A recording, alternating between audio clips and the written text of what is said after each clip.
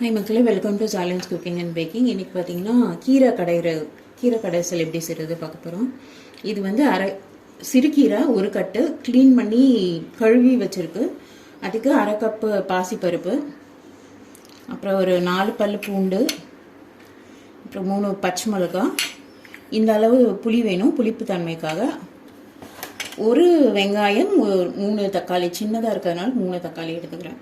First வந்து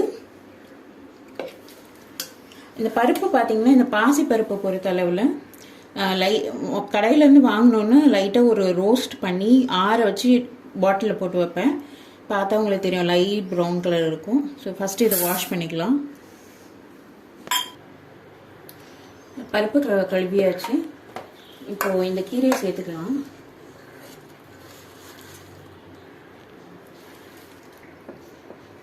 இது கூட வெட்டி வச்சுருக்கேன் வெங்காயம், தக்காளி சேர்த்துக்கலாம். அப்புறம் புளி, சப்போஸ் ரொம்ப இன்னும் கொஞ்சம் புளிப்பாக தேவைப்படும்னா அதையே இன்னும் கொஞ்சம் புளி சேர்த்துக்கலாம். அப்புறம் 4 பல் பூண்டு, 3 பச்சை மிளகாய். இதில் காரம் ஃபுல்லாக பச்சை மிளகாலேருந்து தான் வரும். அதனால்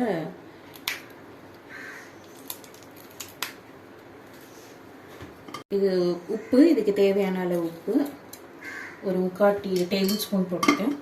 இப்போ இதில் எல்லாமே போட்டாச்சு தேவையானதெல்லாம். இதுக்கு ஒரு அரை கப் தண்ணி. இந்த காயிலிருந்து தண்ணி வரும், அதனால் அரை கப் மட்டும் போதும்.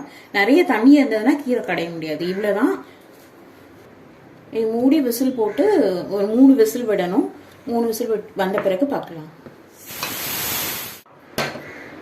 நல்லா வெந்திருக்கு. இப்போ இதை இப்படியேவும் கடைஞ்சிக்கலாம். இப்படியே இந்த குக்கர்லேயே வச்சு இப்படியே கடைஞ்சாலும் நல்லா கடைப்பட்டுரும் ஆக்சுவலாக. இல்லைன்னா இந்த மாதிரி கீரை கடையிற மண் சட்டியில் மாற்றியும் கடையலாம். இப்படி நான் இந்த கீரை கடையிற சட்டியில் போட்டு கடைய போனேன். அப்போ ஈஸியாக இருக்கும்.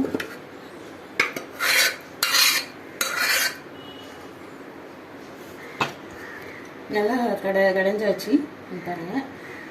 மிக்சியில் மட்டும் அரைக்காதீங்க, டேஸ்ட்டே இருக்காது கீரையில் நீங்கள் என்ன போட்டு செஞ்சாலும். அதனால் இப்படி இதே ரொம்ப ஈஸியான மெத்தடு. ஸோ இப்போ நம்ம இதை பாத்திரத்துக்கு மாற்றிக்கலாம்.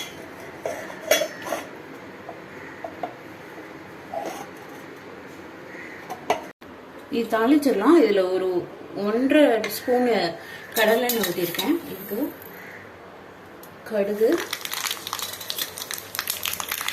உளுந்து,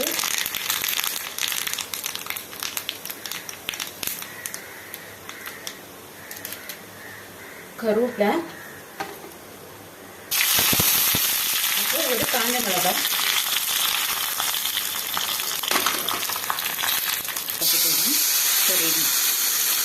அவ்வளோதாங்க. ரொம்ப சிம்பிளான டிஷ்ஷு, ரொம்ப டேஸ்டாக இருக்கும்.